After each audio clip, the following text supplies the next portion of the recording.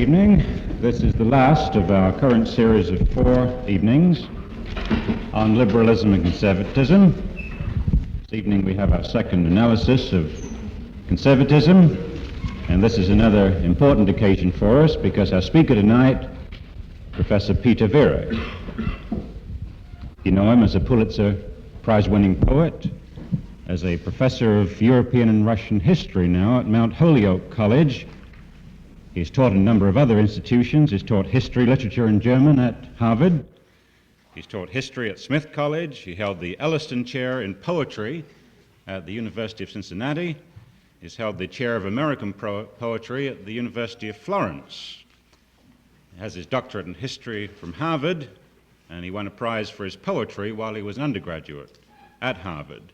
And since then, he's made an international reputation, as you know, in both history and poetry. He has a number of important volumes of poetry. He's written a verse drama, and, of course, a number of books which have included Metapolitics, The Roots of the Nazi Mind, The Unadjusted Man, A New Hero for Americans, and then Conservatism, From John Adams to Churchill, and Conservatism Revisited, and The New Conservatism, What Went Wrong, which is a paperback that many of you, I'm sure, are familiar with, and which is particularly pertinent for tonight's lecture. Of course, our speaker has lectured widely, as you know, on his recent experiences with poets and intellectuals in the Soviet Union. He's been in Eastern Europe and the Soviet Union a number of times in the last few years, and if I may just insert just a very small commercial, he will be talking about that subject at our Spring Liberal Arts program at Lake Arrowhead in, I think, a few weeks' time. But tonight, he will speak on conservatism, a different approach to it entirely from our previous speaker on the same subject, from Wilmore Kendall. And his title this evening will be Conservatism and Pseudo-Conservatism in American Thought. It's a very great pleasure for me to introduce to you Professor Peter Viereck.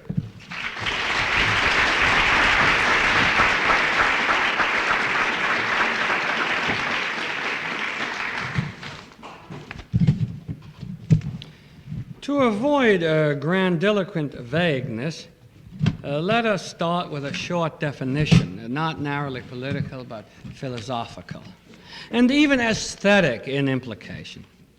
Conservatism is the organic relationship of concrete to concrete, evolved like trees from deeply experienced historical roots.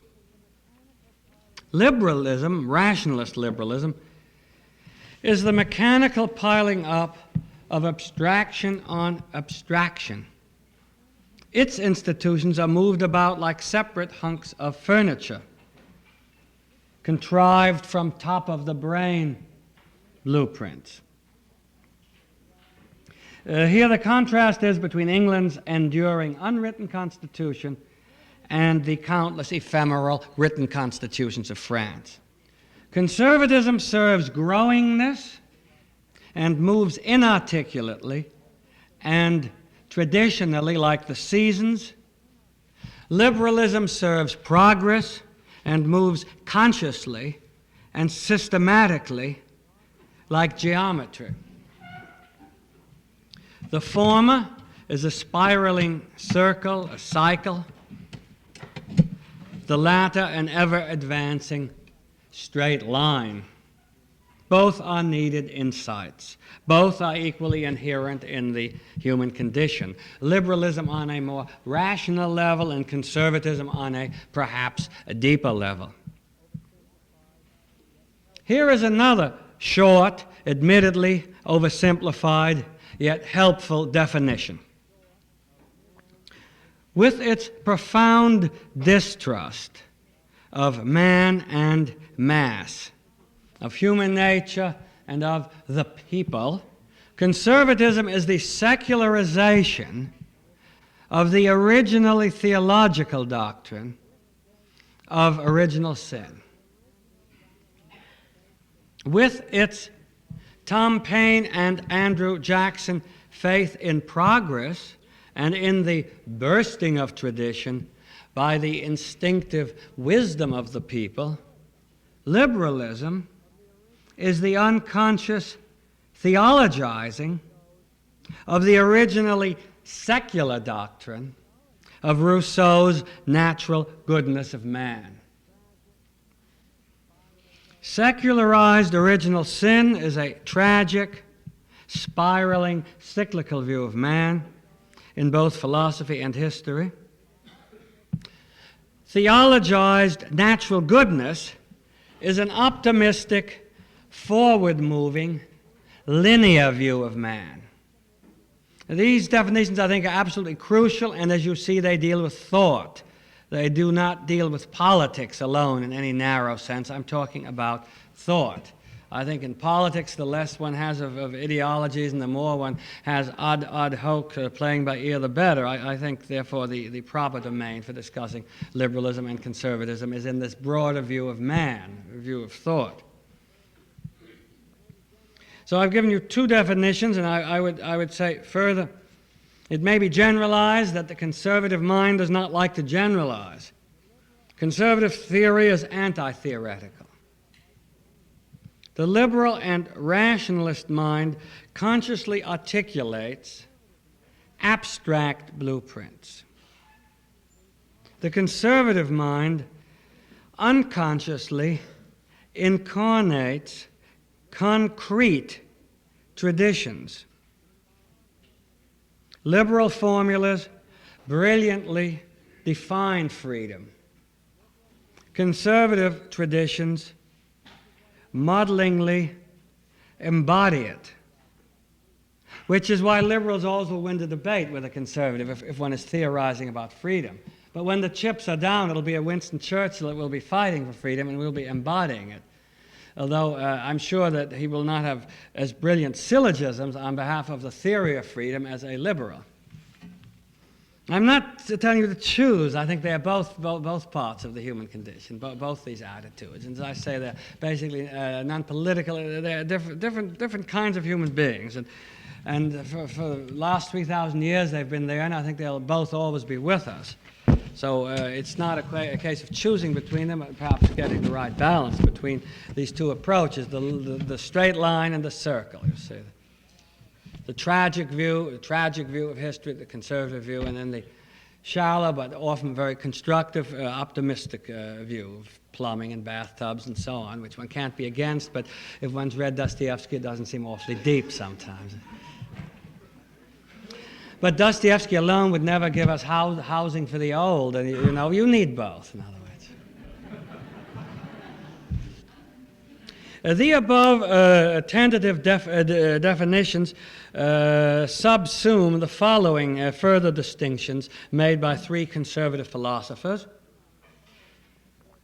all along the line of the concrete, organic, inarticulate, and the brilliantly articulate, theoretical, and abstract. You see. So three more very brief definitions by well-known philosophers. Cardinal Newman's suggestion that Tories are loyal to persons, liberals to abstract slogans. The second, Coleridge's objection that Jacobins hope to improve man by external social change rather than internal moral change, and that liberals imagine they can shuffle institutions about like pieces of unattached furniture. I think this is very important. I mean, Coleridge says a Jacobin is a man who thinks you improve society by changing what is outside man, external reforms, you see, which I think holds true right through today. And the conservative is more interested in the internal moral change. And then thirdly, Santayana's warning that those who do not learn from the past are condemned to reenact it. There you get the conservative stress on history, for better or worse. History is very important for a conservative, whereas for Karl Marx, history is the enemy, that we must get rid of history.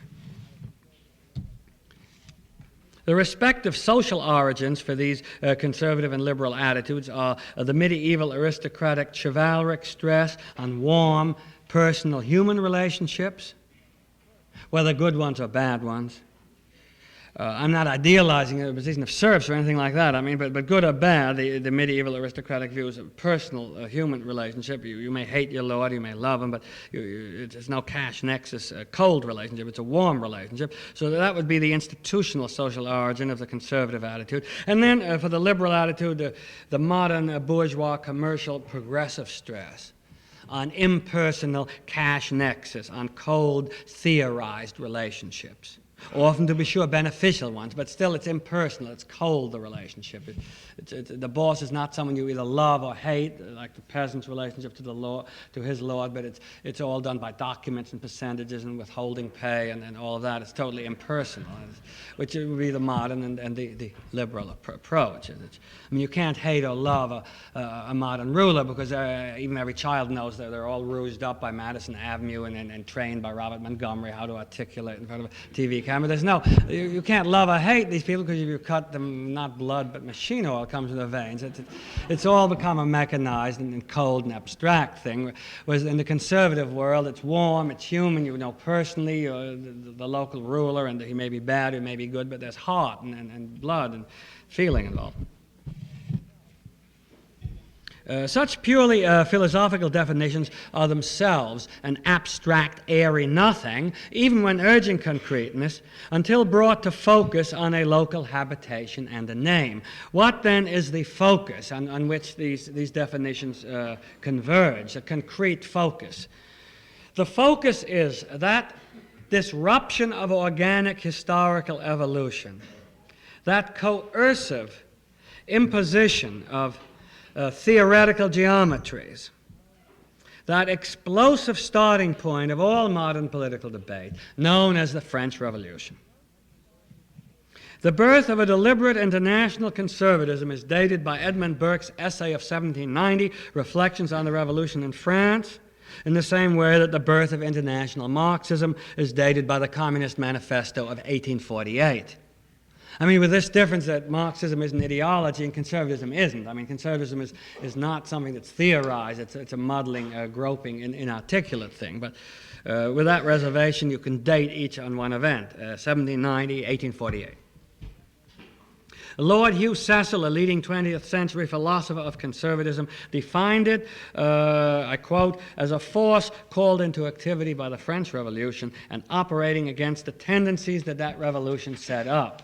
By that revolution, I'm not meaning that we should reject its democratic reforms. I'm for, democracy, but it's what we object to as conservatives is the Procrustean aspect, that abstract a priori geometry should be brought down in a Procrustean way, like a geometrical grid upon warm biology, upon life. I mean, the geometry should triumph over biology, that blueprints should triumph over human flesh. I mean, a conservative says when there's a difference between blueprints and flesh, let the blueprints give way. But Robespierre had the flesh give way with the guillotine, you see. So this is what I mean, that conservatism reacts against the French Revolution. It isn't that I'm objecting to social reforms. On the contrary, I'll make that quite clear, that where I differ from Mr. Kendall and so on. It is a way of life that I'm talking about. I'm not talking about politics and grinding an axe. These are the pseudo-conservatives. I'll come to that. I mean, who want to use this very honorable philosophy as a kind of fig leaf for mammon and greed and avarice, and that's what's gone wrong with conservatism today. I'm going to keep quoting people, and I wish I had the oratorical skill by a contortion of the voice to indicate it's not me talking but someone else, but being much too gauche for that. Perhaps if I imitate quotes like this when I quote, it'll indicate it. Because this is very important sometimes that when I'm quoting somebody, it's not myself speaking. Now, it would unfairly stack the cards in favor of conservatism to present only the moderate brand founded by Burke in England and by John Adams and the Federalist Party in America, and to omit the more extreme brand founded by Joseph de Maistre in Europe in the 1800s, and founded by Calhoun in America, and represented today by the authoritarian one-party state in some of the American South. Having tried to distinguish between conservatism and liberalism at the opening of the talk, let me try to distinguish between these two kinds of conservatism. The Burke-Adams brand is evolutionary. The Mestre-Calhoun brand is counter-revolutionary. Both favor tradition against the innovations of 1789, but their traditions differ. The Burke-Adams brand fights against 1789 for the sake of traditional liberties. The Mestre-Calhoun brand for the sake of traditional authority. The former is not authoritarian, but constitutionalist, often parliamentary. The latter is partly authoritarian in its stress on the authority of some traditional elite, and is often better called not conservative but reactionary. Now, a reactionary can have real historical roots, and he'd still be wrong. I obviously favor the Burke and not the reactionary wing, but at least he has a certain function if he has real historical roots. But when the reactionary lacks real historical roots, and is nothing but a destructive adoption of violent left-wing Bolshevik methods, adopting them from the other side, then I think the proper word is right-wing radical.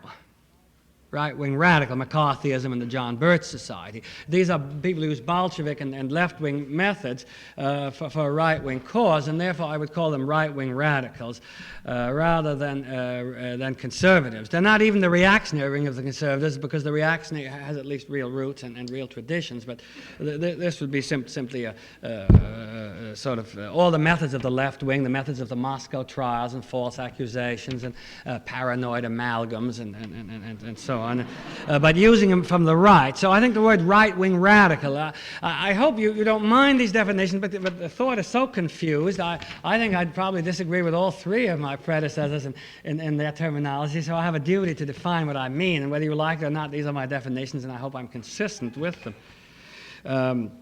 Perhaps we should use the word restorationist for the authoritarian and counter-revolutionary conservative, and then use the adjectives Burkean and evolutionary for the freedom-minded and constitutional conservative, who is best represented in 20th century American thought by the classical humanism of Irving Babbitt.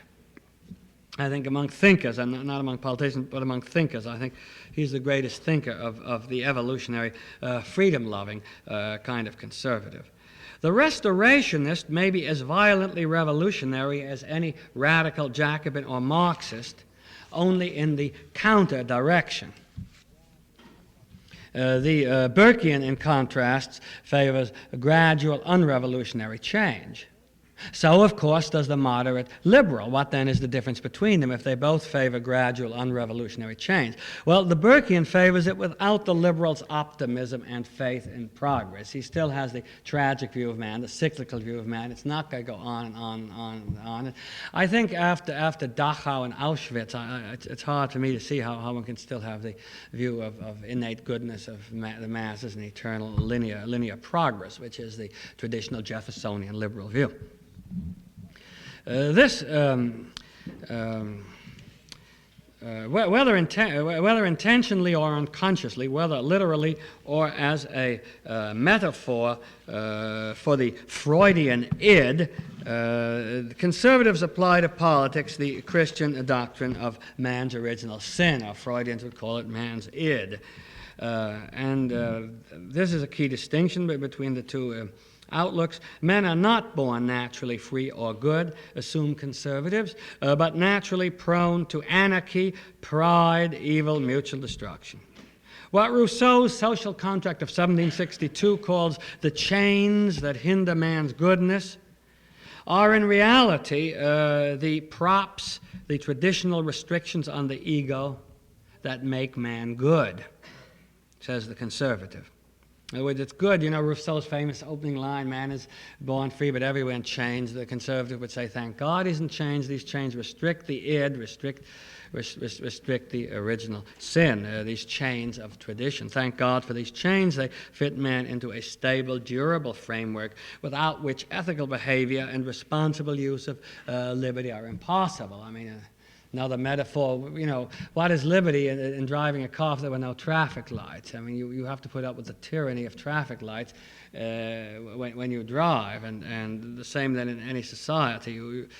Traditions are the traffic lights, and liberty isn't worth very much without traffic lights, without traditions, without chains on the ego of man. Now, this framework, these chains on the ego of man, vary from country to country. They may be monarchy, in the case of Europe, monarchy, aristocracy, established church, property. In the case of America, Constitution and the Supreme Court would be the chains with a kind of sacrosanct aura, limitations upon majority will, you see.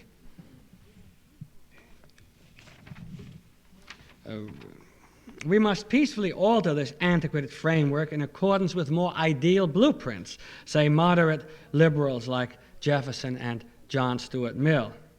We must throw that wicked framework overboard, say radicals, and more breathlessly advanced liberals descended from Rousseau and Tom Paine.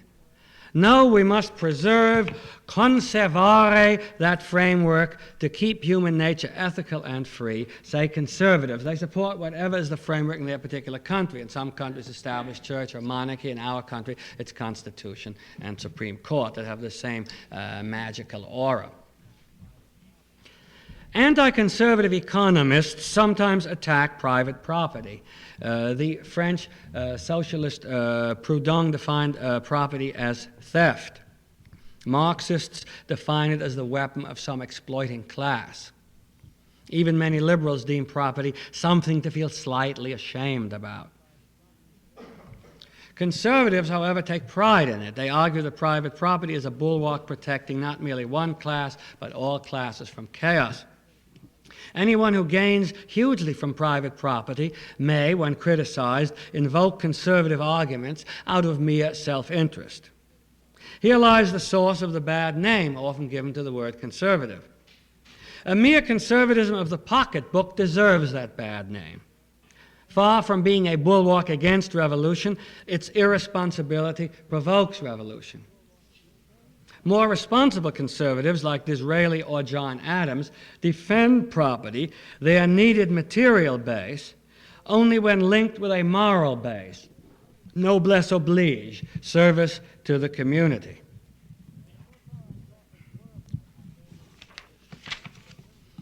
So far I've talked of worldwide aspects of conservatism. Let us now turn to the special local problems of American conservatism, beginning in its origins and then moving chronologically forward. The American Revolution owed many of its ideals to Burke's interpretation of the British heritage of 1688, the heritage of mature self-government.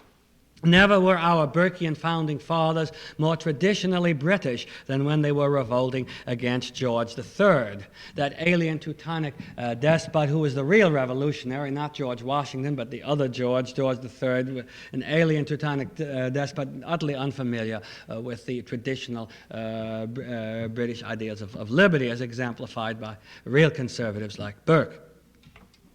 Burke defended the American Revolution as defending the traditional rights of free-born Englishmen against newfangled royal usurpations. In that sense, we may rechristen it, and not the Revolution of 1776, but the Conservation of 1776. The firecrackers of July 4th unwittingly celebrate the triumph not of revolution, but of continuity. In Rights of the British Colonies, 1764, the American spokesman James Otis typically argued that our demand for no taxation without representation was an old British tradition.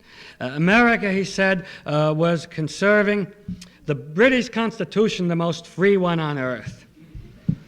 England was the radical subverting it, the English monarchy. We claim nothing, added George Mason of Virginia, but the liberty and privileges of traditional Englishmen. Almost all other revolutions, colonial or otherwise, have been radical in the sense of demanding new or increased liberties and demanding a new order. That's true of most colonial revolutions going on today. In contrast, the American demand of July 6, 1776, the one called Declaration of Causes of Taking Up Arms, was for conserving old liberties and the old order. I quote from it again. "In defense of the freedom that is our birthright and which we ever enjoyed till the late violation of it by George III. Such words promulgated no democracy, no abstract rights of man. Rather, they promulgated what Burke calls, again I quote, prescriptive right, considering our liberties in the light of an inheritance." In other words, no abstract universal slogan, but liberty as something inherited and traditional and concrete. Despite important exceptions, which I'm in no way minimizing, I don't have to be lectured that there was Philip Freneau and Sam Adams and so on, and Tom Paine. Despite exceptions, it was not till the election of the more truly revolutionary Jackson, 1828, that democratic doctrines and liberal doctrines gained solid roots in America, dividing the nation between conservative and progressive traditions ever since. Certainly the main founding fathers of the revolution were not followers of Tom Paine. They were much closer either to Burke or to the very moderate and almost you could call it conservative liberalism of Locke, but not Tom Paine. Paine was the man whom the Burkean John Adams came to loathe most for eternally sloganizing about a priorist utopias. This is what most enrages the true conservatives. They cannot stand these vapid, great slogans of a priori blueprints, whether they be communist ones or Marxist ones or Adam Smith ones, anything that's sort of a doctrinaire ideology. As I say, I mean, the Goldwater people are trying to give America a doctrinaire ideology of capitalism. The good thing about capitalism was it never was ideologized. It was a flexible thing. It wasn't a rigid a priori blueprint like Marxism. They're trying to be like Marx and make a rigid ideology when the whole blessing of capitalism is it isn't a rigid ideology like Marxism. And because it is not rigid, therefore we can reform it. We can have timely social reforms, some of the New Deal reforms and so on. This is the whole beauty of not ideologizing capitalism, and this is why it's such a disaster that there's now an attempt to ideologize it by the right-wing radicals. A leading historian of the American Revolution, Daniel Boorstin, observes in his book The Genius of American History, quote again, "The ablest defender, the greatest political theorist of the American Revolution," he says, "was the man who was also the greatest theorist of British conservatism, Edmund Burke. Ours was one of the few conservative colonial rebellions," concludes Boorstin. The spirit of America was partly molded by two masterpieces of Burkean conservatism, both published in the years 1787-1788. The Federalist by Alexander Hamilton, James Madison, and John Jay, and secondly, The Defense of the Constitution by John Adams. The achievements attributed by historians to the Federalist Papers exceed those of any other series of newspaper articles in history. They forged a close-knit unity during a separatist crisis. In the context of the Shays Rebellion of 1786 against the judiciary, they saved government by law from government by mob. They established minority rights against majority democratic dictatorship. They based American liberty on the Burkean principle of concrete roots, prescriptive right, and judicial precedent, instead of on vague, grand rhetoric about democratic utopias and the masses. Similar in thought, but richer in historical background, was The Defense of the Constitution by John Adams, one of the most penetrating analyses of self-government ever written. Our Constitution was drawn up by the Philadelphia Convention of 1787. The objectives of the liberal Democrats at that convention were easy amendments, facilities for mass pressure and rapid change, unchecked popular sovereignty, universal manhood suffrage, only one parliamentary body, and the basing of liberty on a long list of universal a priori abstractions, such as Burke later criticized in the French Rights of Man. But in our Constitution of 1787, the Federalists foiled every single one of the above liberal objectives. They made amendments slow and difficult. They greatly reduced the number of voters by property restrictions. They created a Congress of two parliamentary bodies. and based liberty primarily, though not entirely, on the concrete inherited precedents of British tradition. Except for the House of Representatives, a sop to Democrats, the main cogs of government, President, Senate, justices, were not to be chosen directly by the people, but respectively by the Electoral College, by the state legislatures, and by appointment. In other words, the President by the Electoral College, the Senate by the state legislatures, the justices by appointments, none of them by democratic election. Not until 1913, a very recent date as history goes, did an amendment eliminate this intentionally undemocratic election of senators. Even today, the principle of judicial review keeps the Constitution aristocratic, not democratic. The judicial branch, the Supreme Court, is non-elective, non-removable, an elite not responsible to democratic majorities. Yet it can veto as unconstitutional the measures passed by a democratic majority of the two elective, removable branches of Congress. In other words, the tyranny-hating makers of our Constitution accepted Adams's key hypothesis, namely, to quote him, "The people are as tyrannic as any king."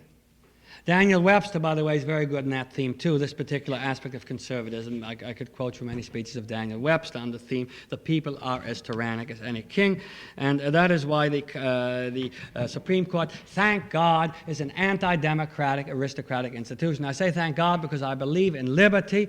I believe in liberty for all, regardless of race, creed, and color, and if in a fair democratic election, 90% of the country should vote to lynch every Negro, every Catholic, every Jew, every Baptist, whatever you want. If in a fair, free election, 90% of the people should vote to lynch everyone of such a denomination, the Supreme Court, being aristocratic and anti-majoritarian, would say, you can't do it. It goes against the Constitution. It's illegal. In other words, minorities would be protected by the Supreme Court. And this is why, as someone who loves liberty and liberty for all, regardless of race, creed, or color, I'm awfully glad there is a Supreme Court. Without a Supreme Court, there wouldn't be any desegregation in the South today. And therefore, I think liberals will simply have to recognize that it's because of this conservative, aristocratic, and anti-majoritarian institution that it's possible to have more liberty for Negroes in the South.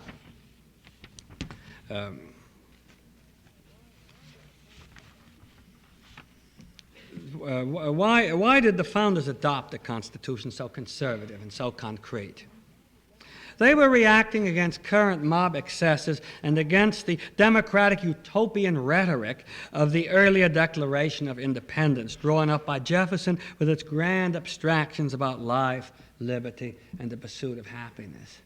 What good are these grand abstractions, these rights of man, as they're called in France? A concrete thing like the Fifth Amendment, which has no grand abstractions, can defend minorities, including minorities with which I disagree, but can defend them as they ought to be defended against bullying and tyrannizing by McCarthy's of the right or of the left.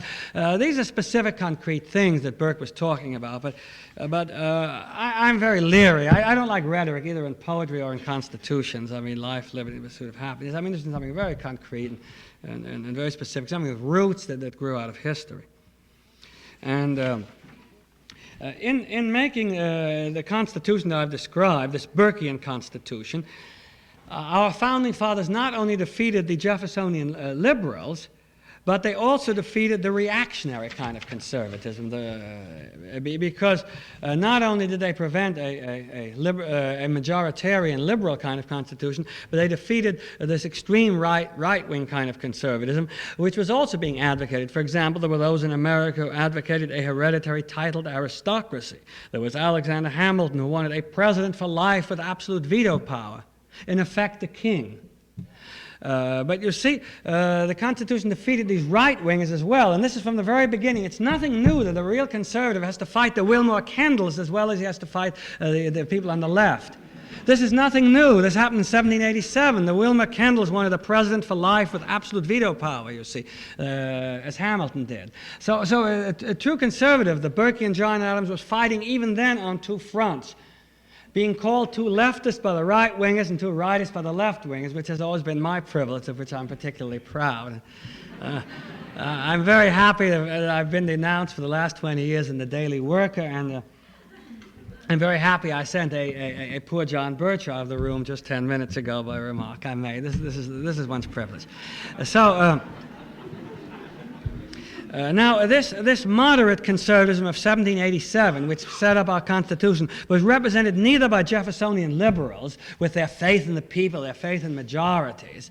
How one can have that when one sees the way the majority of the German people behaved under Hitler, I don't see, but with his faith in majorities, they were ruled out. When the Hamiltonian right-wingers also were ruled out, I would say it was Madison and Adams, it was people of that stripe, the middle road Burkeans, with putting checks and balances on the one hand on Jeffersonian democracy, on the other hand putting checks on Hamiltonian aristocracy. These middle road founding fathers were put checks on everything.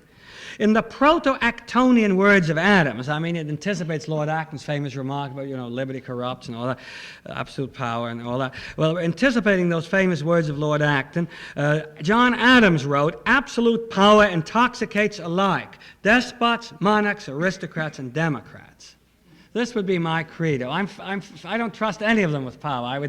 The liberal will check the monarchist, and the rightist kind of conservative will check the people. I would check both. I mean, I don't trust either of them. I've seen monarchs and aristocrats behave abominably, torturing and killing, and I've also seen majorities in some of the southern states and in Germany at a certain time in favor of lynching. So I don't trust either the people or the monarchs. I'm for checks on them, checks through institutions. And this is Daniel Webster's basic view, too. He's another great conservative. Our Constitution's moderate...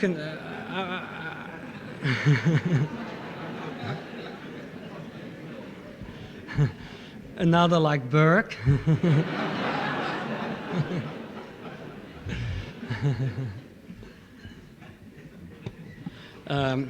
Our Constitution's moderate conservatism seems best expressed by Madison's 10th Federalist paper. It argued for the advantage of that a republic has over a democracy. He was against the democracy. He defined a democracy as unchecked majority rule. He defined a republic as representative government protecting minority rights. Thereby, Madison prevented what he called the excess of democracy, of men without property and principle. This is representative government protecting minority rights. This is not democracy. America's only consistently conservative party was the Federalist Party of John Adams and Hamilton. The two, of course, quarreled, the moderate and the extreme conservative. After the death of the Federalist Party in the early 1800s, America has had two mutually hostile kinds of political conservatism. Political conservatism is not my main interest, but let's get it in the record. The two main kinds of political conservatism after the death of the Federalists has been first that of the urban New England Brahmins, and then secondly that of the southern semi-feudal landowners. The latter received their most persuasive defense in the famous Disquisition and Discourse of Calhoun, the closest New World equivalent of Joseph de Maistre. Modern American political parties, being pragmatic alliances of geographic patronage groups rather than matters of doctrine, cannot realistically be classified under isms. Thank God, otherwise we'd have these head-on collisions that you have in France. That's why we don't have political civil wars over isms, because our parties are not based on isms. They're simply opportunistic patronage groups, thank God. Therefore, it's a mistake to look for conservatism in any party. Instead, let us look for conservatism in the indirect diffusion, crossing party lines of the above restraining attitudes of the Constitution. In other words, the idea of having checks. This is diffused among both our parties. I think I wouldn't call one party more or less conservative than the other. I think they're all diffused with this attitude of restraint, of checks. Even if they don't articulate it in their rhetoric, they are diffused by this. And therefore, the Federalist Party dead was more important than the Federalist Party alive. I don't like the idea of any conservative party. I don't like ever ideologizing conservatism in any program or party. And therefore, it's just as well the party died. But dead, it diffused its concepts of checks and balances against power, whether power of the people or power of aristocrats. And it's diffused all of our parties and become an integral part of the whole nation. It is in this nonpartisan, diffused sense of the word conservatism that Abraham Lincoln called himself a conservative in his famous comment when he says, "What is conservatism? Is it not adherence to the old and tried against the new and untried?" But conservatism need not be political at all. Instead, its characteristic American form may be a lonely soul-searching by American artists to transcend what Melville called the impieties of progress. In other words, in this sense, cultural conservatism, which is what interests me as a poet and writer most, is spiritual arithmetic. It calculates the price paid spiritually and culturally for material progress. We have all this technological and mechanical progress. What is the price paid for it in cultural terms? It's spiritual deracination and conformity, all these results of the technological progress, which both our parties hail. I mean, they're both equally wrong in that. And the solution lies outside politics. I mean, my old friend Louis Hartz is against conformity, but as soon as you would talk about political ways to end conformity, you make it worse. Anything done through politics is conformist, is blueprinted. It's through the artist, through the painter, the novelist, the poet that you get away from blueprints and conformity and find the personality. And so this is what I call cultural conservatism, lonely soul-searching by Americans to transcend the impieties of progress. I mean, it's wonderful to have plumbing and slum clearing, all of that, but we also pay the price of becoming robots or becoming materialistic and uprooted. For example, among writers, cultural conservatives, because of their anti-optimism, their qualms about external reforms, examples would be James Fenimore Cooper, Nathaniel Hawthorne, Edgar Allan Poe, Herman Melville, Henry James, William Faulkner. They would all be cultural conservatives. No matter how they voted politically, that doesn't interest me. I mean, they voted all kinds of ways politically, but they all had a tragic view of man. They all were anti-optimistic. None of them believed in linear progress, and in this sense, they were cultural conservatism. Hyatt Wagner's book, Hawthorne, argues that the real American cultural tradition is, now I quote, a conservative tragic sense affirming original sin and rejecting liberal illusions about progress and human nature. These liberal illusions, concludes Wagner, were useless for any artist who would not willfully blind himself to the existence of tragedy. The evolutionary optimism of 19th century liberalism was affronted by anyone who concerned himself with the deeper psychology. Historians increasingly look not to modern politicians and parties, but to Irving Babbitt, who died in 1933, and to Paul Elmer More, who died in 1930, as the legitimate heirs of our classic conservatives of the Federalist Papers, the conservatism of check and balance, of Burkean evolutionary approach. In case their names are not entirely familiar to you, Babbitt was professor of French literature at Harvard. He founded the modern humanist movement with More. More was the author of the Shelburne Essays and a leading literary critic. Their use of the word humanism meant a cultural and ethical conserving of values based on literary classicism and on the Golden Rule and the religious insights of the Christian Judaic creed. Literary classicism and the Christian Judaic creed, a conserving of values. Notice a conserving of ethical and cultural values. I mean, these people that call themselves conservatives today, what are they conserving? What cultural, what ethical values? They're conserving profit, economics, mere economics. Every conservative, classical conservative, has always been dubious of economics. But, it's conserving of cultural and ethical values that's the job of a conservative, not economic profits, surely. And this humanistic conservatism in America, it most closely resembles what in Europeans is represented by the ideas of Goethe, Coleridge, Matthew Arnold.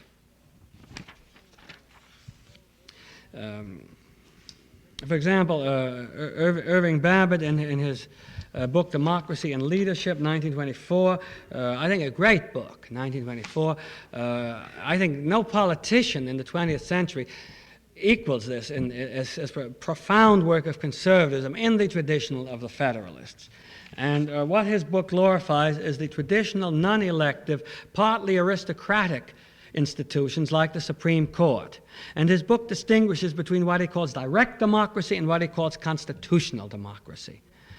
He traces direct democracy back to Rousseau and Jefferson, based on their illusions about human nature. In other words, let majorities do what they want, forgetting that in the end every majority is a lynch mob. That's direct democracy. And what Babbitt calls constitutional democracy, he traces back to Burke in England and to George Washington, based on their bitter insight into human nature. Sir Henry Maine, writing in the 1880s, was one of the world's leading authorities on constitutions, and he called America's Constitution the most successful conservative bulwark in history. Now, he was surely right in regard to that one particular aspect of America's complex traditions. I think all that comes from the Founding Fathers is conservative.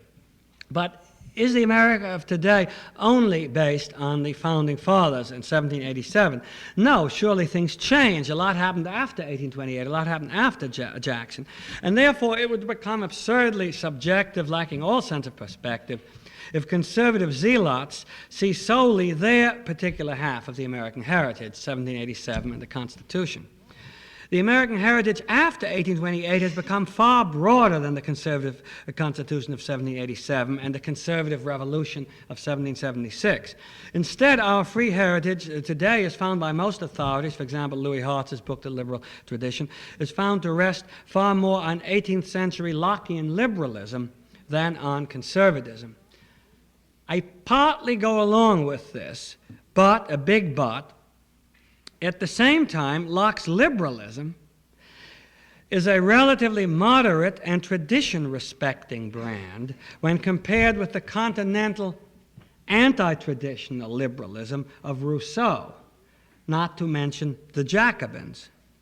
So we come full circle in America's political paradox. Our conservatism, in the absence of medieval feudal relics, must grudgingly admit it has little real tradition to conserve today except that of liberalism, which then turns out to be a very conservative kind of liberalism. So you go full circle, you see. The result is America's unique, non-ideological, pluralist amalgam. Non-ideological. You'd ruin it. If you ideologize, you'd kill America. The whole point is it makes no sense ideologically. It's inconsistent. It's an amalgam, but this is wonderful. It works.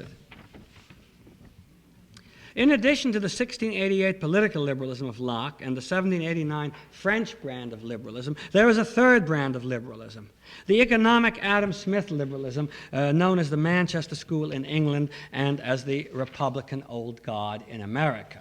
This is the Manchester School of Liberalism in economics. Adam Smith, which free enterprise, laissez-faire, and so on. This has always been called liberalism until some journalists thought up the idea very recently of calling it conservatism. Adam Smith has always been liberalism, meaning free enterprise, cash nexus, laissez-faire. From the perspective of the recognized conservatism of either Burke or Mestre, either Adams or Calhoun, it is a gross journalistic vulgarism to apply the conservative label to laissez-faire and Manchester liberals like Senator Taft and Goldwater and the National Association of Manufacturers. Since this seems provocative, I'd better pull in some heavy artillery to help me at this point, to run to my rescue, and therefore I will quote none other than Winston Churchill. I don't think anyone doubts that he is a Tory, and let's see what Winston Churchill says about the Republican Party and about this kind of purely conserving of merely material values rather than ethical and cultural values. Let us quote an undoubted conservative for my thesis that the right-wing Republican Party are in economics Manchester liberals. In the year 1903, Winston Churchill said scornfully, and notice the splendid kind of aristocratic disdain when he comes to the phrase about protected industries and materialism. Winston Churchill says in 1903, and I quote, "The old Conservative Party with its religious convictions and its constitutional principles will disappear, and a new party will arise, like perhaps the Republican Party in the United States, rigid, materialist, and secular, whose opinions will turn on tariffs and who will cause the lobbies to be crowded with the touts of protected industries."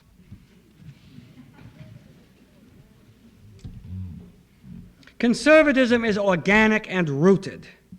The anarchic, laissez-faire kind of capitalism is atomistic and uprooting in its effect.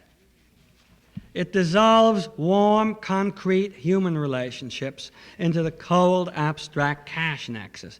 This cash nexus, big business materialism, from Adam Smith through Senator Goldwater and the NAM, has been long ago exposed as atomistic and deracinating by genuine conservative thinkers like Coleridge and Disraeli.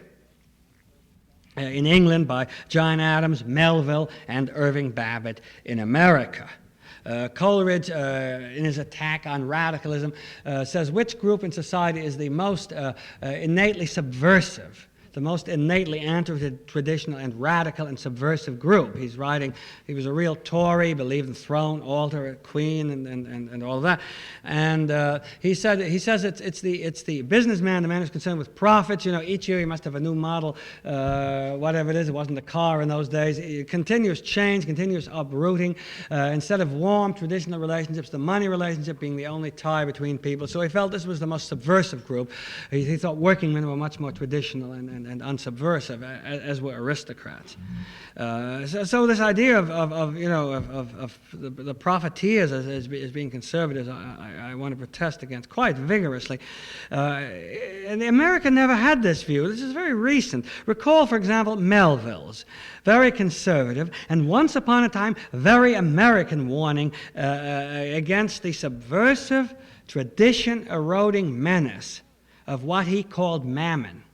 This used to be very American as well as conservative, to warn against mammon. It erodes, it's subversive, it erodes all loyalties, all honor, all decencies. A conservative, warned us against mammon, that's what he called it. But today, the pseudo-conservative Manchester liberals, like Senator Goldwater, instead of calling it mammon and being open and arguing about it, they call it freedom. Freedom from taxes, freedom from Social Security, that is, freedom to starve. I would simply call it mammon, not freedom. And there are worse things than mammon. Mammon is preferable to communist tyranny, for example. But I would call it mammon, and I certainly wouldn't call it conservative. Mammon isn't the worst thing there is, but let's call it for what it is. Against the selfish resistance of the very unconservative Manchester liberals of the 19th century, humane improvement of wretched British factory conditions was introduced in the 1830s and 1840s by Tory aristocrats like the 7th Earl of Shaftesbury.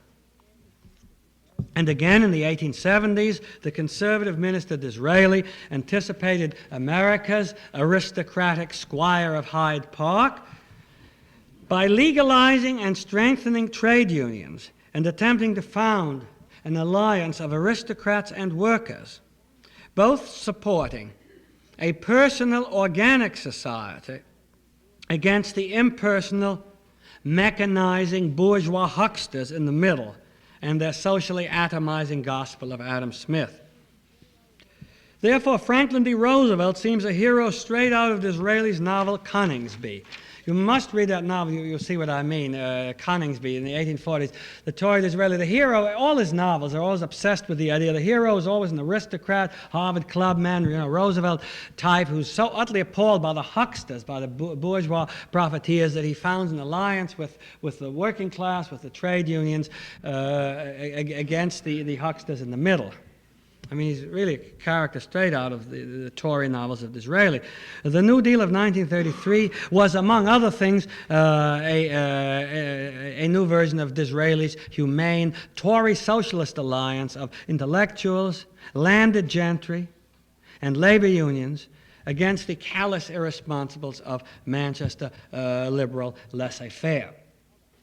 This is one of the aspects of the New Deal. It's the aspect I like. There are other aspects. This is the conservative aspect, the unconsciously, unintentionally conservative aspect against the hucksters. But there are other aspects which I would dislike. I think the New Deal was radical in its attitude towards the Supreme Court, the 9 old men, and so on. And there I'd be totally against the New Deal, packing the Supreme Court and so on. And I think it's rather amusing that those same liberals who in the 1930s wanted to pack the Supreme Court, get rid of the 9 old men, came whimpering, clinging to the Supreme Court in the Fifth Amendment and all that in the 1950s when the people from the right began attacking them, you see. In the 1930s, the liberals were against the Fifth Amendment because they were attacking the munition makers. Senator Nye and Senator Black, if you remember that, were saying, don't let businessmen hide behind the Fifth Amendment. Let's get rid of the Constitution, that outworn old document, and let the wrath of the people strike against these businessmen who are hiding behind the Fifth Amendment, you see.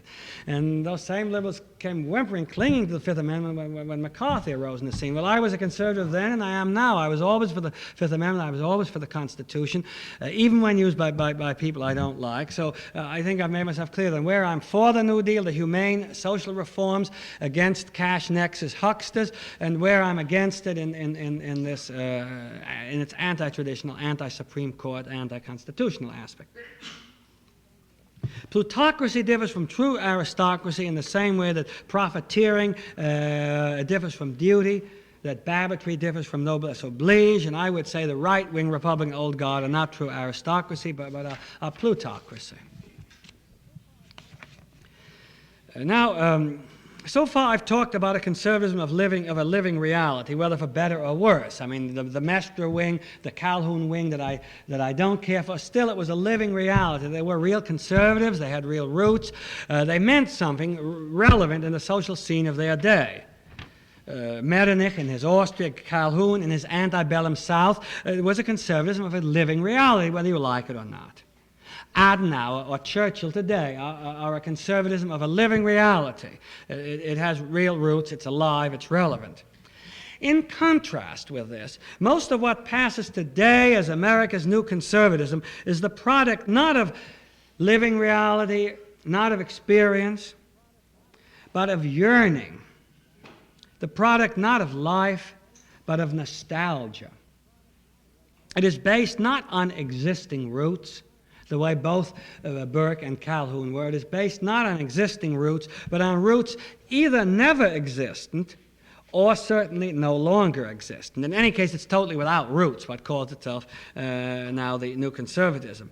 The most publicized spokesman of this rootless nostalgia for roots is the able and sincere New Conservative Russell Kirk, author of The Conservative Mind.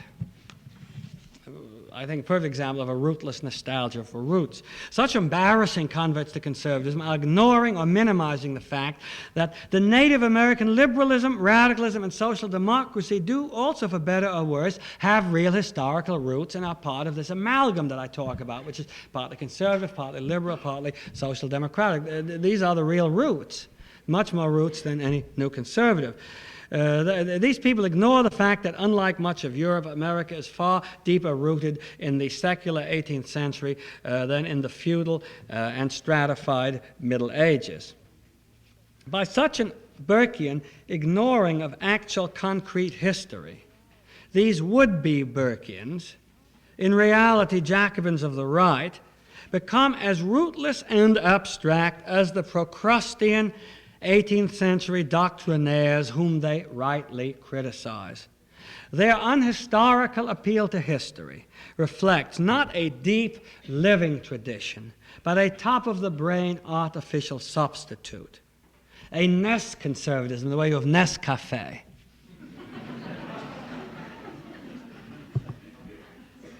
What they vend is a cake mix Calhoun, a spoonful of powdered Burke. For this, there are no buyers among the serious, educated public. The tang of the thing is recognized as too synthetic. I don't think they've gotten away with it. I mean, I don't think you find many serious people in the scholarly world that will take the position of Russell Kirk, Mr. Kendall, and so on. It's too synthetic. So you don't get buyers among the serious, educated public, but there are always the intellectual adulterators looking for plausible new slogans to defend some indefensible old avarice.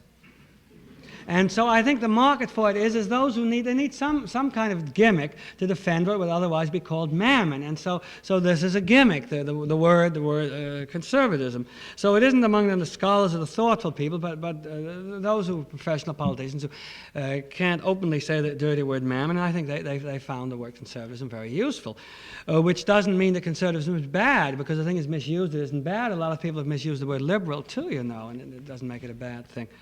And it's no wonder in this context that the present speaker's book, Conservatism Revisited, 1949, the first and founding book of the new conservatism, was soon misused against the author's unavailing protest as a front for the discredited right-wing Manchester liberals, or else was parlored into one more publicity racket of a literary chic. You know, there's a kind of chic of being conservative in a way, the way there was a chic to be a red in the while in the 1930s and so on, none of which has anything to do with serious thinking. A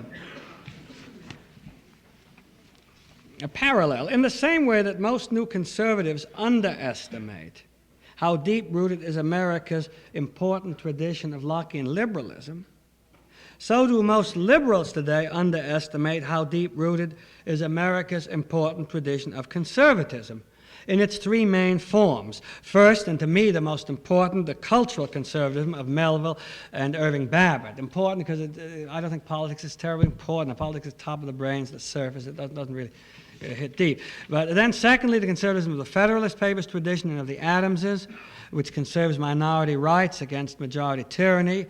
And then the third form of conservatism is the Southern agrarian conservatism, running from Calhoun right to the brilliant modern poet John Crow Ransom. With his book, I Take My Stand. Both liberal and conservative doctrinaires, each minimizing the roots of the other, narrow down the creative richness of the American past to make it fit their particular preference. But the unique American experience is too fascinatingly diverse, for such doctrinaire pigeonholing. The non-political core of conservatism is man's need for growing roots in a particular place.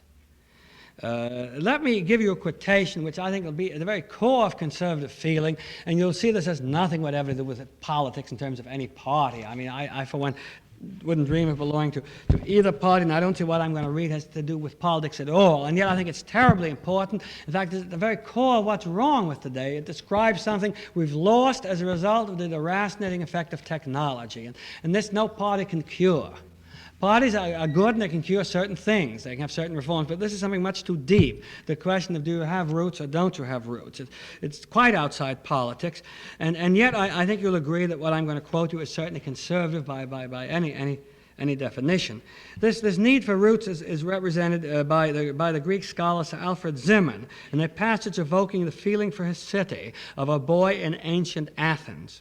The same passage might apply to a medieval society or to any organic growingness. So I think this is something that's right at the core, and as you see, it's quite outside politics. Zimmern writes of the boy in his native city. He loved every rock and spring in the folds of her mountains, every shrine and haunt within the circuit of her walls. He had watched every day from his childhood the shadow creeping slowly across the marketplace, and the old men shifting their seats when the sun grew too hot. He could tell the voice of the town crier from the other end of the city, and had made a special study for private performance of his favorite butt of the comedian in his last year's play. He never forgot the festival of a god or a hero. He was never tired of listening to his father and his uncles telling stories of raids and battles against the men beyond the range. And when the city brought forth not merely fighters and bards, but architects and sculptors, and all the resources of art reinforced the influence of early association and natural beauty, small wonder that the Greek citizen, as Pericles said, needed but to look at his city to fall in love with her. Can you say this of Los Angeles? Festivals of gods and heroes. Today, the gods and heroes are all papier-mâché. I say they're the creations of the entertainment industries, and everybody knows it. Everybody knows they're drilled on TV and they make up their opinions not out of integrity but of public opinion folds. I mean, how can there be gods or heroes when it's all a contrived, a manufactured thing?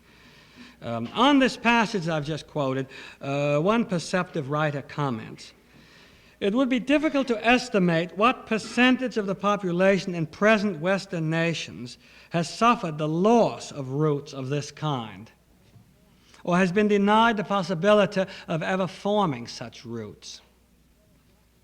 But the percentage is certainly high, and it represents not only the havoc of warfare, but the less sanguinary effects of the mobility which modern industrial society imposes on most of its participants.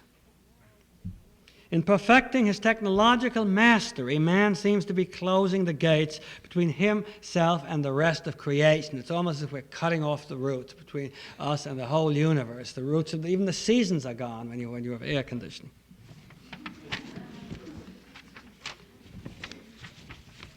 One kind of pragmatic and positivist liberalism was so eager to prove all values relative that it undermined, again I'm talking on a non-political level, but it's going to have political consequences now. I mean, I think I've said enough against right-wing radicals. Let me prove my conservative credentials by lashing out at liberalism now, to show how philosophical liberalism can have very bad political consequences. One kind of pragmatic and positivistic liberalism was so eager to prove all values relative that it undermined the ethical heritage, the Christian Judaic restraints of the West, as well as undermining the organic traditional institutions without which there is no unifying social cement in any society. Thereby, liberalism unintentionally paved the way for Hitlerism and Stalinism, unintentionally. Liberalism always begins attractively by liberating men from absurd old prejudices and aristocratic excesses. It ends tragically by putting all men in the position of those few Illuminati who, when initiated into the seventh circle of Syria's medieval order of assassins, were told the order's secret of secrets. There is no truth, everything is permitted. Or to cite an unconscious Broadway jazz echo of the assassins, anything goes. No wonder that communist and fascist mass murder, based on the assumption that every means is permitted to achieve one's ends, followed a century of relativist liberalism and of the most modern scientific enlightenment. What worries the conservative is not the liberal, but his grandson. The liberal himself is a benign and beamish soul, as well behaved as you could wish, for he is still living on the moral capital accumulated by past conservers. Even when he most undermines it, he unknowingly lives on the security of this past capital. And so do his children, until the atonement when the moral account is overdrawn. Here is a European-inspired morality play in 3 acts, which I think can apply to America, bearing in mind what happened after the Weimar Liberal Republic and after the Kerensky Liberal Republic, 2 relativistic, modern, progressive liberal republics who followed the overthrow of an old traditional monarchy, but who in turn were followed by fascism and communism. Bearing this in mind, what happened after the Weimar or the Kerensky liberal republics. Here then is a very brief, very condensed morality play, which I call a fable for Americans, on one of the several causes of totalitarianism, of left or right. Act 1, fable for Americans. Act 1, burning with innocent progressive enthusiasm, the liberal hacks away at what he calls aristocratic values. So far, so good. These often are exploited by reactionaries and do need revision. Meanwhile, no sign of barricades, no heads rolling in the sand. How this justifies his forward-looking enlightenment. How foolish the fears of the priggish conservatives. The liberal continues to be brought his cozy bourgeois breakfast and his progressive morning newspaper with soothing regularity, well protected by the order he scorns and undermines. Unfortunately, his weapon against aristocracy is not a moral democracy of Christian brotherhood, but the two-edged sword of relativism. All standards, morals, and traditions, he says, are relative, merely reflecting self-interest and economics. So it's hurrah for change, full speed ahead, and it's down with home and hearth, throne and altar, quaint honor, and old loyalties. That noise was merely Chekhov's cherry orchard crashing, and down with everything banal and benighted and backward. Again, so far, so good. Why not clear the house of what's outdated? Considered in isolation and out of historical context, yes, why not?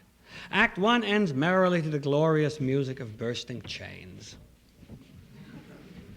Just the overthrow, you could say, of the Romanov and Hohenzollern monarchies, you see. Act 2, next comes the liberal's son. What a clever fellow. Brought up in daddy's emancipated milieu, this wise guy knows all the answers. He denies not merely aristocratic values now, but values. Are they not all relative? Have not psychology and the most advanced semantics proved everything a sentimental, self-deceiving hoax? Words like liberty, love, truth are all semantic blurs. Everybody knows that everything is a gyp, an obvious racket. Everybody knows the secret of the assassins. No truth, everything permitted. Act 3. The grandson is the real realist. No Sunday school manners in politics for him, none of poor soft grandpa's liberal qualms. None of father's cleverness either. Where does it get you? Now it's tooth and claw in the struggle of egomaniacal self-interests. And what faith he has is in the state. All other faiths, ethical, religious, having been discredited, his only faith is in the state, with no tradition of moral restraint to guide him. And with the capital exhausted at last, the moral capital of the conservatives in which the liberals live, with the capital exhausted at last, the grandson votes for a Hitler or a Stalin. And so in 3 irresponsible generations, 3,000 years of 3,000 years of civilization perish to the music of radio lies and clanking chains, new chains infinitely more cruel than the old aristocratic ones ever were. Now, to end on a positive note, how can thoughtful new conservatives, avoiding the political pitfalls which most of them have failed to avoid, apply fruitfully to American life today what I've called non-political cultural conservatism, the tradition of Melville, Hawthorne, Thoreau, Henry Adams, Irving Babbitt, William Faulkner.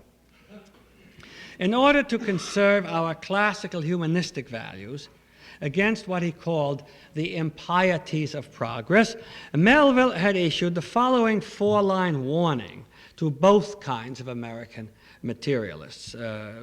Before I quote the warning, let me say what I mean by both kinds of American materialists. There are 2 kinds. First is the deracinating, technology-brandishing industrialists.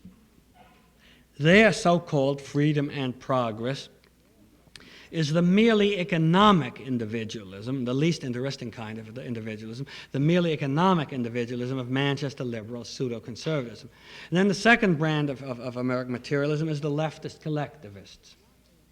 Their unity is not a rooted organic growth of shared archetypal values, but a mechanical artifact of a priorist blueprint stereotypes imposed gashingly upon concrete society by a bed of Procrustes, in other words, by a statist bureaucracy.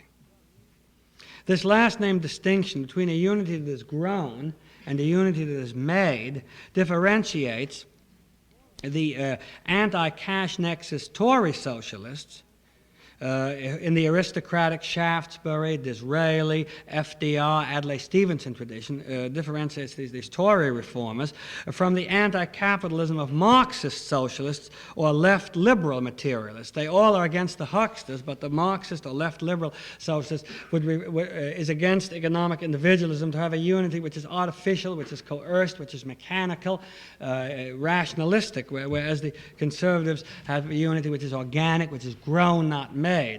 No, it's not a statist bureaucracy. But now to come back to Melville. Here is his little-known warning against both the bourgeois and the Marxist kind of materialist. It's only 4 lines. Not magnitude, not lavishness, but form, the sight. Not innovating willfulness, but reverence for the archetype.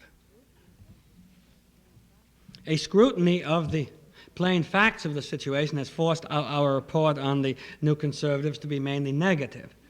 But a positive contribution is indeed being made by all those thinkers, novelists, and poets in the spirit of this Melville quotation today. Not magnitude, not lavishness, but reverence for the archetype.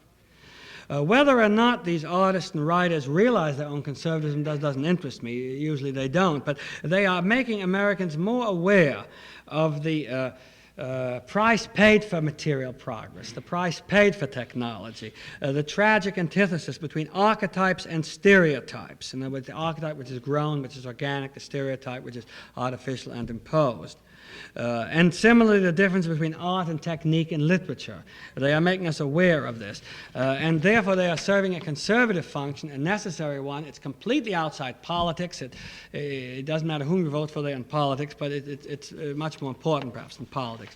Now, I saw as I was talking, I'm beginning to get a certain feel for California audiences. This is about my 10th talk in California, though the others have not been on conservatism. But I see that I have to clarify a little bit what I meant by archetypes and stereotypes, and that's the theme that I'll conclude on. I want to clarify that and then briefly apply the difference between them to that technological brilliance which is corrupting our life and also our literature today. Only by this unpopular and needed task of warning people against the vanity of material progress, a task closer in spirit to the creative imagination of a Faulkner or an Emily Dickinson than to the popular bandwagons of politics, can the new conservatism still overcome its current degeneration into either, at best, Manchester liberal economic materialism, or, at worst, right-wing semi-fascist thought control. These are the 2 forms of degeneration. Although I'm not a Manchester liberal, it's obviously preferable to the semi-fascist thought controllers. But both these degenerations can be overcome if I think conservatism follows this cultural humanistic path. And so doing, it could teach, through its writers and through its artists, it could teach America to humanize and canalize its technological prowess in a creative way. Instead of our becoming dehumanized and mechanized in the sense of Thoreau's, we do not ride on the railroad, it rides on us. Now, the meaningful moral choice today is not between conforming and non-conforming, which is a cliche, irrelevant cliche, but between conforming to the ephemeral, stereotyped values of the moment and conforming to the ancient, lasting, archetypal values shared by all creative cultures. Archetypes have grown out of the soil of history, slowly, painfully, organically. Stereotypes, the metaphor is the tree there. You see, stereotypes have been manufactured out of the mechanical processes of mass production, quickly, painlessly, artificially. They have been synthesized in the labs of the entertainment industries and in the blueprints of the social engineers. The Philistine conformist and the ostentatious professional nonconformist are alike in being rooted in nothing deeper than the thin topsoil of stereotypes. The sudden uprooting of archetypes, of folkways, was the most important consequence of the worldwide Industrial Revolution. This moral wound, this cultural shock, was even more important than the economic consequences of the Industrial Revolution. Liberty depends not on beautiful liberal theorems proving that liberty is a good thing. Liberty depends on a substratum of fixed archetypes, as opposed to the arbitrary shuffling about of laws and institutions. The distinction holds true whether the shuffling about be done by the a priori abstract rationalism of the 18th century or by the even more inhuman and metallic mass production of the 19th century, producing new traumas and new uprootings every time some new mechanized stereotype replaces the preceding one.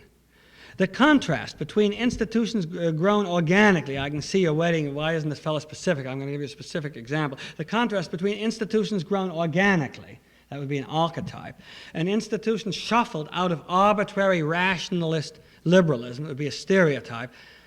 This contrast was summed up by a little British librarian when she was asked for a copy of the French Constitution. And she replied, "Sorry, sir, but we don't stock periodicals." This puts it better than all of Viereck. I think this is what conservatism is about, you see. I mean, all these French constitutions, each having more rights of man, more talk about liberty, life, liberty, and all these Jeffersonian and French 18th century phrases and the other. And why do they all lead to Napoleon, Pétain, persecution of Dreyfus? I mean, here's the British Constitution, it's kept civil liberties better than any other, and none of this great rhetoric of rights of man or anything else. In other words, this little librarian, we don't stock periodicals. You see, I think it's the difference then between an archetype and a stereotype.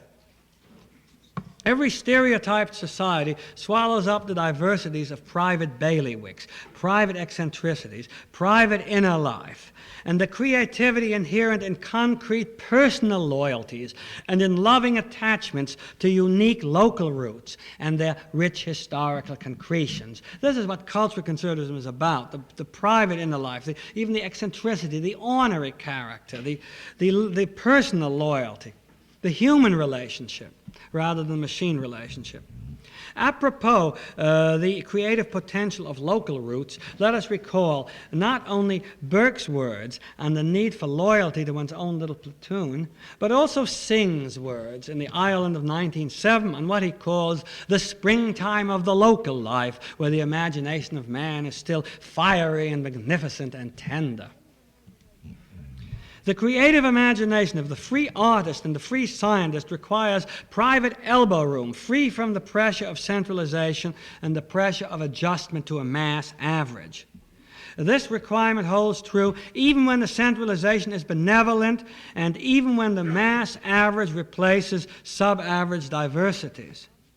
Intolerable is the very concept of some busybody benevolence, whether economic, moral, or psychiatric, curing all diversity by making it average. In effect, let's lobotomize everybody, and you'll never have anybody behaving badly. It'll be just one great, well-behaved average. The most vicious maladjustments, economic, moral, or psychiatric, will at some point, bad as they are, become less dangerous to the free mind than the over-adjustment, the stereotyping needed to cure them. In the novel, in the poem, and in education, in our universities, the most corrupting stereotype of all is the substitution of good technique, cold, good technique, for art. What once resulted from the inspired audacity of a heartbreakingly lonely craftsman is now mass-produced in painless, safe, and uninspired capsules. This process is taking over every category of education and literature. The stream of consciousness for which James Joyce wrestled in loneliness with language. The ironic perspective toward society which Proust attained, not as entertainment, but as tragedy. The quick, slashing insights for which Virginia Woolf bled out her heart. All these intimate, personal achievements of the unstandardized, organic, private life are today the standard props of 100 hack imitators, mechanically vending what is called the New Yorker type story. Don't underestimate that type of story. Though an imitation job, it is imitation with all the magnificent technical skill of America's best edited weekly. And think of the advantages. No pain anymore, no risk anymore, no more nonsense of inspiration. Most modern readers are not even bothered by the difference between such an efficient but bloodless machine job and the living product of individual heart's anguish. This is, again, is the archetype growing, is something you've earned. It comes out of blood, sweat, and tears, rather than being kind of a bloodless machine job invented by the entertainment industries or by Madison Avenue. What then is the test for telling the coffee from the Nescafe, the true artistic inspiration from the jar of instant muse? The test is pain. Not mere physical pain, but the exultant, transcendent, holy pain of a selfless sacrifice. The test is that brotherhood of sacrifice, that aristocracy of creative suffering, of which Baudelaire wrote, Je sais que la douleur est l'unique noblesse. In other words, in a free democracy, the only justified aristocracy is that of the lonely creative bitterness, the artistically creative scars of the fight for the inner imagination against outer mechanization, the fight for the private life, the fight for cultural conservatism. I thank you.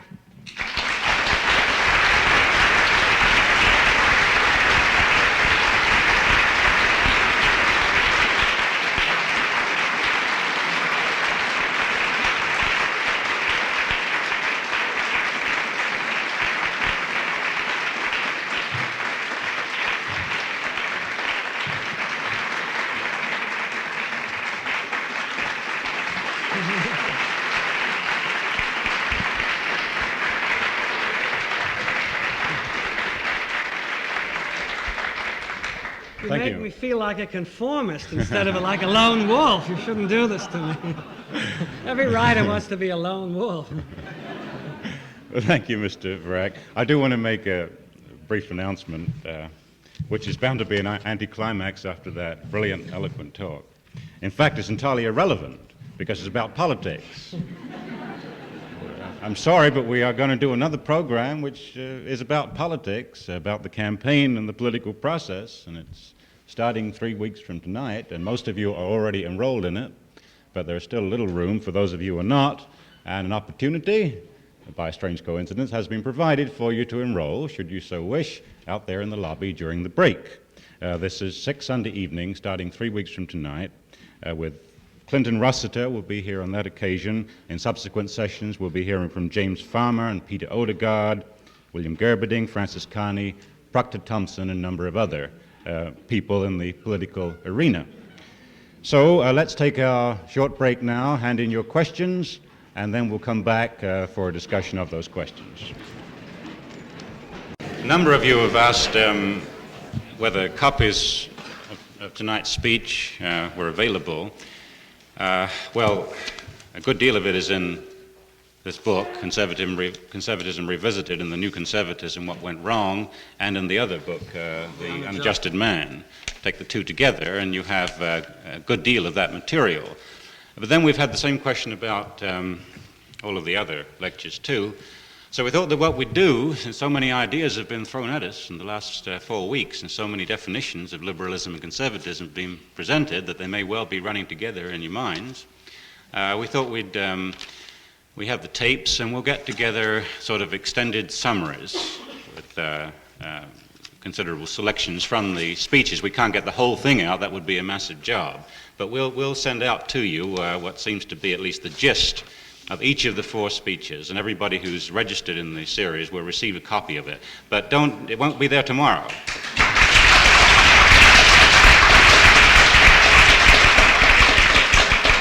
It'll take a little time, but it'll get there.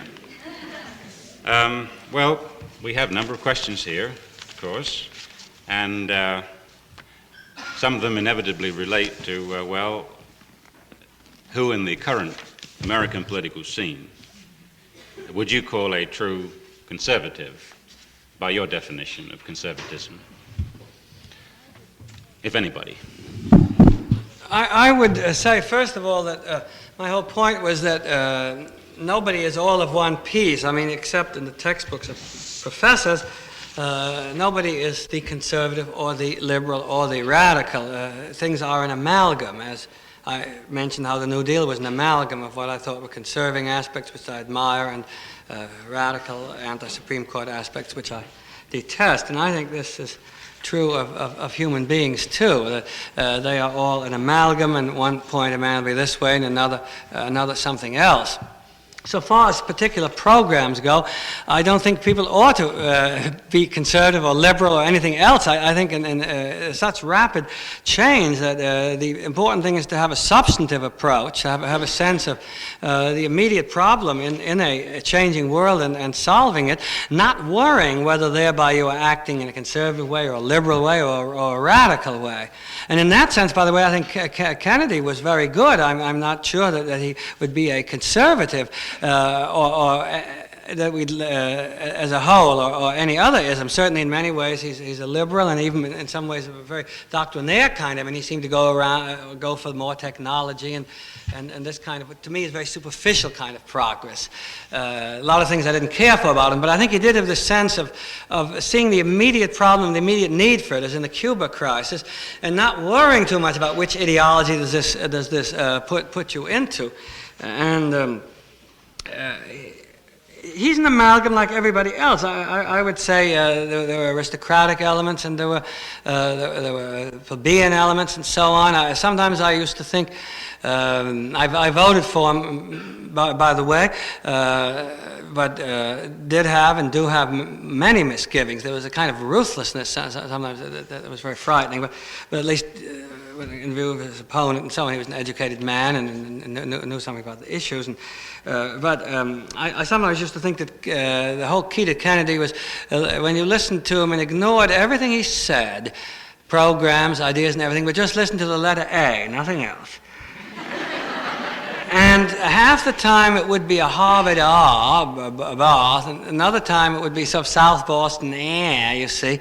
And it seemed to be sort of a key to him in many ways. And there he was surrounded, see, by his Harvard aristocratic traditionalist professors and his wonderful, lovable, down-to-earth Irish politicians. And there was a kind of ambiguity there, and he never lived long enough to resolve it. But I'd like to, but I think I'm more for him and against him, and I'd like to quote something of, I'm not a specialist in politics. I mean, I'm a poet working in the cultural sphere and so on, but as somebody who does know a lot about politics, Mr. Walter Lippmann, I'd like to quote what he says.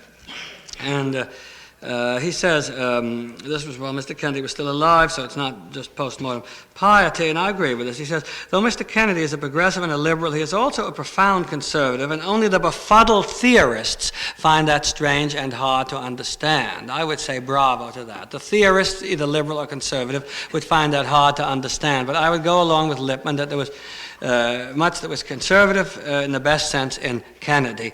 Among other things, you best conserve, you best keep workers from being revolutionary by giving them a stake in the status quo. You best keep a minority, such as the Negro minority, from being radical by giving them a stake in the status quo. You conservatize your minorities by giving them a stake in things. And this is, in the best sense, conservatism, the policy towards Negroes and towards the working class, to give them enough of a stake in the status quo that their motive will be more to conserve than to revolt. Stevenson is an example of I mean, we don't have an institutionalized aristocracy. We don't have the House of Lords, but we do have certain families that come close to that. I mean, the Adamses, for example, 3 generations of Adamses and Roosevelts, and I think Stevenson represents very much the aristocrat in politics. Remember that famous photograph when you saw a hole in his shoe?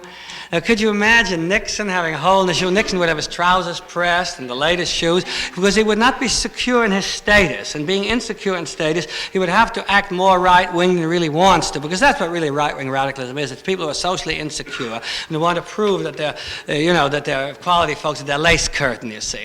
And therefore they have to take a more right-wing position than they really would, and just as they have to wear pressed trousers, not baggy old pants. But as Stevenson, being sure, you see, of his position, could have holes in the shoes. And I'd like to read something that Stevenson said about the word conservatism, and then drop the question, because I find him sympathetic in many ways.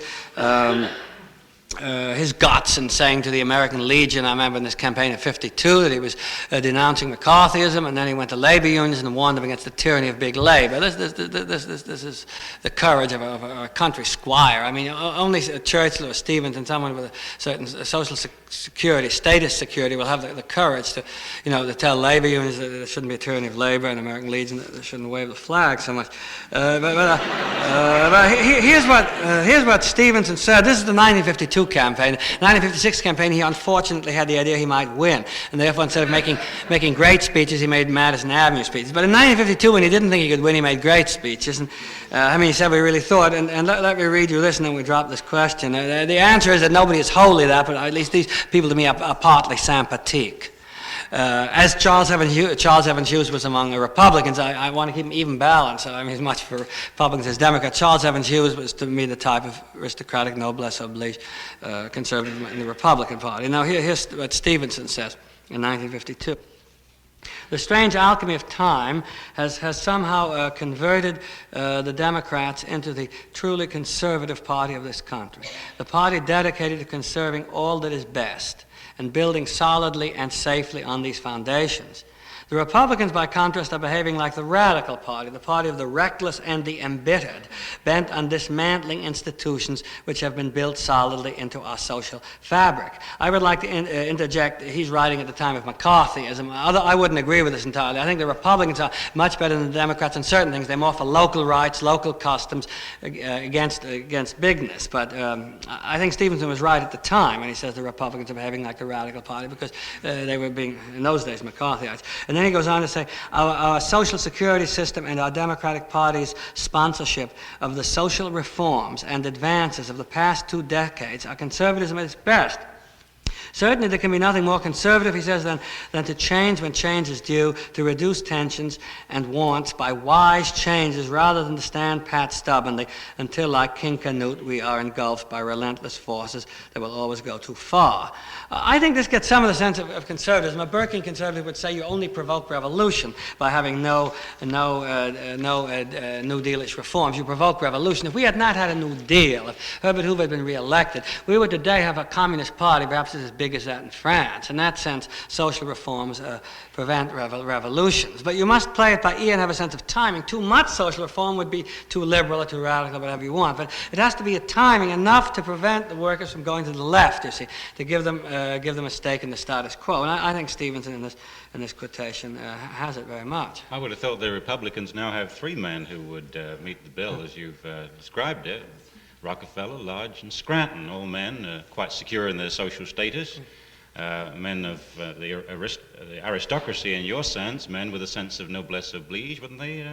I would agree completely, yes. I thought it was more the people who actually had held office. But I would say all 3 of those, even perhaps Scranton the most, because he's more understated, he's more reserved, and it isn't as new. It isn't so much new money as with the Rockefeller money. It isn't that much personality being turned on. I'm a little leery of warm, glowing personality, which isn't really warm and glowing. But I'd say all 3, yes, and all 3, I'd say. In a sense, I would agree with that. In fact, I don't know how I would vote. I mean, I'm really not that political. I really mean that. And Charles Evans Hughes, among those Republicans who were in power, I was always a great admirer. What's your approach to the problem of poverty in this country? Do you mean this in a broader sense, institutions like trade unionism and so on? Well, you can deal with it any way you want to. I just read the questions.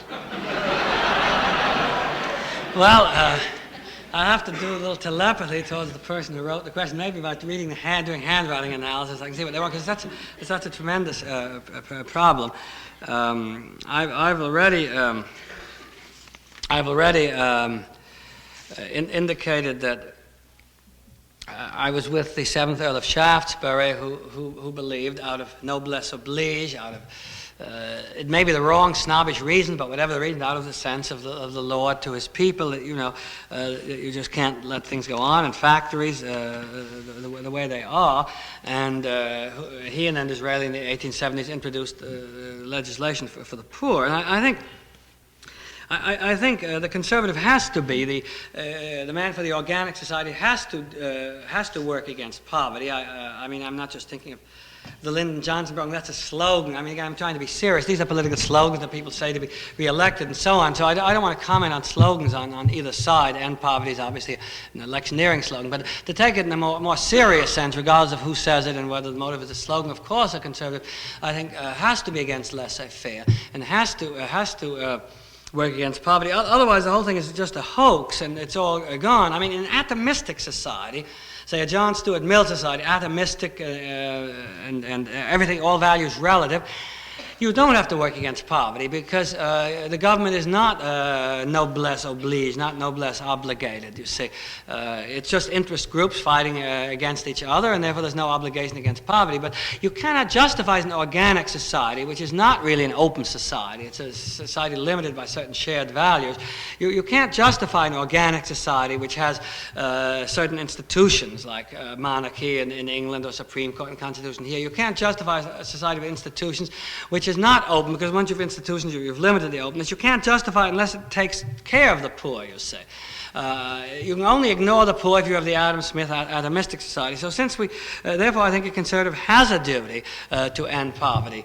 Just as the feudal lord couldn't let his peasants starve, the capitalist can fire them and just throw them in the open market, and even rightly so from his viewpoint. But the feudal lord, just because he has more power over his peasants than a capitalist, had to feed them in bad times. I mean, this is what noblesse obliges. This is what an organic society is. This is the duties which go with privileges. The privileges which conservatives give to certain institutions or groups are not justified unless there is also a duty. And this is why I favor all the social reforms of the New Deal, or in England of Shaftesbury and Disraeli, and indeed, as I say, without it, it would just be having the privileges, you see, and not the duties. And once you have once you're going to fight against poverty, you have to institutionalize it. I mean, a conservative doesn't believe in just writing laws on a book. That means nothing. I mean, the French have had so many constitutions. The Soviets have an excellent constitution which guarantees free speech, free elections, free public assembly. What does it mean, you see? This is why I'm dubious about any grand slogans. So it's not enough to say we're against poverty or we abolish it. There has to be an institution that works against it. This is what the conservative would say, something concrete that you can touch, something tangible. And this is where I would come to my attitude to trade unionism and why I'm for it. And I don't want to seem to give the impression that I'm just being paradoxical and being everything you think a conservative is not. It isn't as simple or as crude as that. Really, in a thought-through, thought-out way, I very much favor the trade unions, and I'd like to read you something on them from somebody other than myself again, because I want to get away from the thing that I'm giving you something subjective and very personal here. I'm an oddball and just giving you something very personal. So I'd like to read something from a very important scholar of the trade union movement who knows a lot more than I, Frank Tannenbaum, A Philosophy of Labor, 1952. Have any of you read that book? Frank Tannenbaum, do you know the book? And to justify why I think, so the professor gets quizzed. You see, let's put professors on the other side of the barricades, put them to a quiz. You see, you have a professor here, the social sciences. I'm not, I don't teach the social sciences. I believe that the free trade unions unconsciously are among our ablest representatives of the word they hate and misunderstand, conservatism. This is one of the ironies, that the best conservatives are often unconsciously so and indeed hate it. I think that they restore to the atomized proletariat an organic unity, the proletariat which has been atomized by the cash nexus idea of sort of economic individualism, which is, I say, the one kind of individualism which doesn't interest me at all. I'm for artistic individualism, but economically I believe in a non-individual, organic society with a responsibility for poverty. Organic, not in a statist, the communistic statist coercive sense, but in a voluntary sense. And I think the trade unions give back to the atomized proletariat that organic unity they've lost. And they do this not just by raising wages, but they do more than that. They get together, they hold wakes when the member dies, they're a social club. In other words, they give some of this human warmth which you lose in the atomistic society. Therefore, the trade union is really the wonderful alternative to both doctrinaire capitalism and doctrinaire socialism, both of which are too materialistic for my mind. Now, here's a passage from Frank Tannenbaum, and I think by quoting this, you'll see it isn't just some whim of my own. And the fact that trade unions hate the word conservatism doesn't bother me, as I say, because, I mean, this is in the reality, not the terminology. He writes, trade unionism is the conservative movement of our time. It is the counter-revolution. Unwittingly, it has turned its back upon most of the political and economic ideas that have nourished Western Europe and the United States during the last 2 centuries. In practice, though not in words, trade unionism denies the heritage that stems from the French Revolution and from English liberalism. In other words, the heritage of bourgeois individualism, you see. It is also a complete repudiation of Marxism, because trade unions are not done by the state, you see, which is Marxism, but in what I would call a Tory socialist way, in other words, voluntarily. It's not the state, which is my objection to Marxist socialism. So it repudiates then both the French Revolution and English liberalism and Marxism. And then he goes on to say, in contrast with communism, fascism, and laissez-faire capitalism, the trade union has involved the clustering of men about their work. This fusion, the new medieval style, organic society, has been going on for a long time and has been largely unplanned and unconscious. There is a great tradition of humanism and compassion in European and American politics, philosophy, and law, which counters, at first ineffectively, the driving forces operating for the atomization of society and the isolation of man. That tradition in England includes such names as Cobbett, Shaftesbury, Romilly, Dickens, Byron, Coleridge, Carlyle, conservatives, Rusk, and Charles Kingsley. The trade union, he says, is the real alternative to the authoritarian state. The trade union is our modern society, the only true society that industrialism has fostered. As a true society, it is concerned with the whole man and embodies the possibilities of both the freedom and the security essential to human dignity. Trade unionism is the conservative movement of our time. Well, I quoted that. I don't endorse this completely. I mean, Hoffa, no. Trade unionism, yes. But, I mean, I don't endorse this completely. Moreover, trade unionism is becoming too much like the capitalist it fights. You know, it becomes itself a little bit cash-next, is inhuman, over-organized, big, mechanical, you know, much too big and impersonal. I mean, it's becoming the trade unions are becoming the capitalism of the working class. In other words, everything I object to in capitalism, I object to their becoming mechanized and so on. But with these reservations, still as a trend, I would go along with what Tannenbaum says in this quotation, and I certainly would go along with a war against poverty. Indeed, without that, you're going to get communism. I mean, that's clear enough. You don't get conservatism, you get communism unless you do something about poverty, which should not be why you're doing it. I mean, I hate this idea that you do things for, you should do it, for its own sake. I mean, you have an ethical obligation in an organic society, organic meaning a unified society, take care of everyone, even the poor. And in an atomistic society, you don't have that obligation. Everybody's an individual. He sinks or swims on his own. Society is completely open, and you have no obligation at all to your neighbor. That's laissez-faire, free enterprise, the early John Stuart Mill. But a conservative and organic society, you can't have it both ways. If you have the privileges, the elite, the institutions, the aristocracy of conservatism, you have to take care of the poor. I hope this answers it. Thank you. Well, we have a great many more questions, but we've run out of time. And this, in fact, will close our series, during which we've had 4 different views of conservatism and liberalism, all very complicated positions. In fact, a few of you have said, well, we hope that you'd clear the matter up for us once and for all, you know. And we haven't. In fact, it really isn't a university's function to make things less complicated than they are. Ultimately, in fact, we're going to have to sort these things out for ourselves. We do plan, as I indicated, to send you out these summaries, extended selections from these lectures so that you can think them over and see what it was precisely they contributed to your understanding of these problems.